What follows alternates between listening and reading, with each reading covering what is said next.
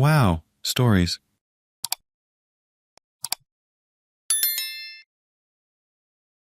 This week she has been super moody and distant and hiding her phone.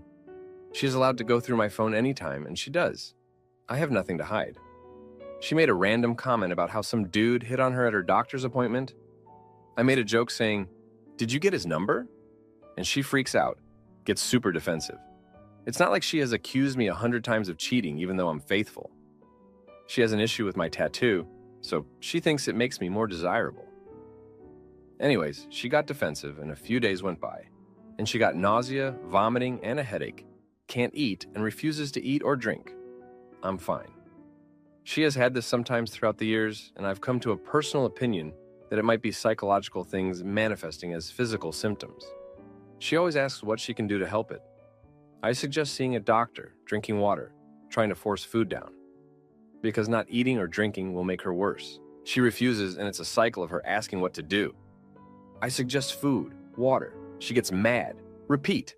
I've also brought up several times if she wants out of this, I won't hold her hostage. I don't want to be a monster locked up with me. If she wants to leave, go. But I tell her I love her and I don't want her to go. But if she feels there is a guy that will take care of all her wants and needs, physically, emotionally, and financially, and she thinks she can leave spoiled food in his fridge and dirty dishes for him to clean up, and old food in his room he has to clean and using all his toilet paper, then cool. I want her to be happy. I just want our relationship to be even 70%, 30%. I'd be more than satisfied, but she refuses to make money. So during my birthday 2 days ago, I took care of her. Granted, I was being snippy because she was refusing to eat. A day and a half went by. She ate and was fine. We had one misunderstanding about our dog, and when we were taking him for a walk, she snapped at me, accusing me of yelling at her first. It got to the point where she brought up taking a break and going to spend the night at her friend Alice's place. I kind of asked her to please not stay the night, but go ahead and hang out with her for sure. She's insistent on staying the whole night. I went to work the next day, and I agreed, sure, go stay the night. But I had a suspicion she'd been talking to someone else. And I asked her to show me the messages between Alice, and there was a conversation about a sleepover. She backed out of her Snapchat, and I saw a brand new message from someone named NyPrince1. I kind of went cold and asked, "Who is that?" She goes, "It's my uncle." I asked simply if I could read the message then. She explodes, throws her phone in her purse, saying she needs me to trust her, and if I can't trust her, we are done. I tell her to make a fool out of me and show me I'm being paranoid and just show me the message. She just says, "I'm done. I want a divorce." All I can say is, holy shoot, grabbing my hair, she cheated on me. She came right out under pressure. She hit up an ex who she broke up with because he wanted an open relationship. And she is with him right now, currently. And I'm here typing this. Throughout this night, I've been texting her because she texted me giving me an ultimatum, saying we have an open relationship or we are done. Then she texts me saying it's a mistake and she's being messed up and she doesn't know who she is and doesn't want to lose me and baba baba.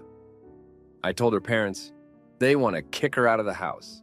I was kind of surprised they are being so nice and even offering to literally give me the room and the bed, and she can have the empty guest room across from her brother. I'm kind of tempted to talk to her first because she promised she'd be back in the morning.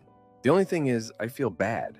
And if I did make her move her stuff out of my room, I feel shitty because she literally has clothes, makeup, and a PlayStation 4 and a phone. No furniture, no TV she owns, no computer, no car. I pay for the Wi-Fi. I don't know what to do. Any advice? Now for an update, still haven't slept, but we talked. Her parents are making her sleep on the couch.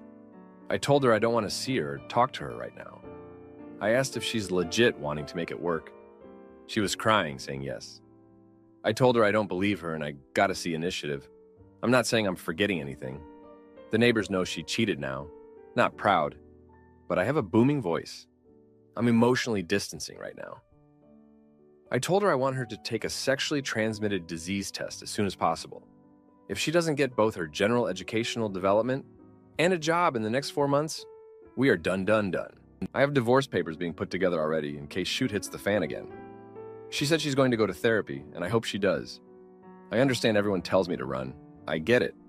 But I can't stuff everything that happened in 4 years into one Reddit thread. She has sold items for me of her own to help out before. She got me a tattoo machine our first year of dating. She does hand-make-me gifts. She made me a Lamb of God keychain out of clay and resin. And it's honestly badass, and no one's ever done nice gestures like that for me. If she's going through something mentally, I want to help her, or at least try. It's not like I can dip out and find a new house tomorrow. I have no options, so I'm gonna pay rent, and she's gonna stay away for a while and not use my stuff. Hopefully that'll get her motivated to achieve things on her own. I just ask if you guys can not so passive-aggressively insult my decision. I'm not going to be sexually active with her for the foreseeable future, and I genuinely think after a few days, I'll end up calling it because it feels like she ended the life of me, guys. I don't know how else to explain it. I feel like a sword passed through me. Now, for a few comments before the update. Comment 1. Why did you even marry such a lazy loser? Divorce her lazy, dirty, cheating person? Luckily, you've not been married long enough to pay alimony to this loser, so the quicker you divorce her, the better. Can't believe she has the audacity to give you ultimatum, like she is some prize worth staying with, when she's just a messy financial liability without a GED. Comment 2. You have to ask yourself, do I want to be with someone like that for the rest of my life? You deserve happiness, and if she doesn't make you happy, you have your answer. Now for the update. Hey everyone, thanks for reading my last post. So this past week has been interesting to say the least. After our talk, she did go to therapy, which I guess is a good start, but things have been tense. She's been staying at her parents' place, and I've been trying to keep my distance. I'm still not sure if I can trust her, and honestly, I'm not sure if I want to. A few days ago, she called me crying, saying she missed me and wanted to come home. I told her she needed to show me she was serious about making things work. She promised she would, but I'm still skeptical. She's been texting me a lot, saying she's sorry and that she wants to fix things. But actions speak louder than words, right? Then, something unexpected happened. I found out she's been talking to her ex again. I saw a message pop up on her phone when she was over to pick up some of her stuff. It was from him, asking if she was okay. I confronted her about it, and she swore they were just friends now, and that she needed someone to talk to. I told her that if she was serious about us, she needed to cut all ties with him. She agreed, but I'm not sure if I believe her. On top of all this, I've been dealing with my own stuff. Work has been crazy, and I've been trying to keep my head above water. I've been talking to my friends and family about everything, and they've been supportive, but it's still hard. I feel like I'm stuck in this limbo, not knowing what to do or where to go from here. One night I was going through some old stuff and found a letter she wrote me when we first started dating. It was full of promises and dreams for our future. Reading it now, it feels like a different person wrote it. I don't know what happened to that girl, but I miss her. I miss the way things used to be before all this drama. I've been thinking a lot about our relationship and whether it's worth saving. Part of me wants to believe that she can change and that we can get back to where we were. But another part of me is scared that I'll just get hurt again. I don't know if I can go through this all over again. Her parents have been great through all this. They've been checking in on me and making sure I'm okay. They even offered to help me with rent if I needed it. It's nice to know that they have my back, but it also makes things more complicated. I don't want to be the reason their daughter is homeless, but I also don't want to keep living like this. I've been trying to focus on myself and what I need. I've been going to the gym more and trying to take care of my mental health. It's been helping, but it's still a struggle. I feel like I'm constantly on edge, waiting for the next shoe to drop. One thing that's been bothering me is this nagging feeling that there's more to the story. I can't shake the feeling that she's still hiding something from me. I don't know if it's just my paranoia or if there's really something going on, but it's driving me crazy. I've been tempted to go through her phone again, but I know that's not healthy. I need to trust her, but it's hard when she's given me so many reasons not to. I've also been thinking about our future and what that looks like. I don't want to be in a relationship where I'm constantly questioning her loyalty. I want to be with someone who makes me feel secure and loved. I don't know if she can be that person anymore. We had another talk a couple of days ago. I told her that I needed to see real change if we were going to make this work. She promised she would do whatever it takes, but I'm still not convinced. I told her that she needed to get a job and start contributing to our household. She agreed, but we'll see if she follows through. I've also been thinking about the ultimatum she gave me about the open relationship. It's been weighing on my mind a lot. I don't want to be in an open relationship, but I also don't want to lose her. It feels like I'm stuck with a difficult choice. I don't know what to do. I've been talking to my therapist about everything, and she's been helping me sort through my feelings. She told me that I need to focus on what's best for me, and not just what I think will make her happy. It's hard, but I know she's right. I need to take care of myself first. I've also been thinking about our past and how we got here.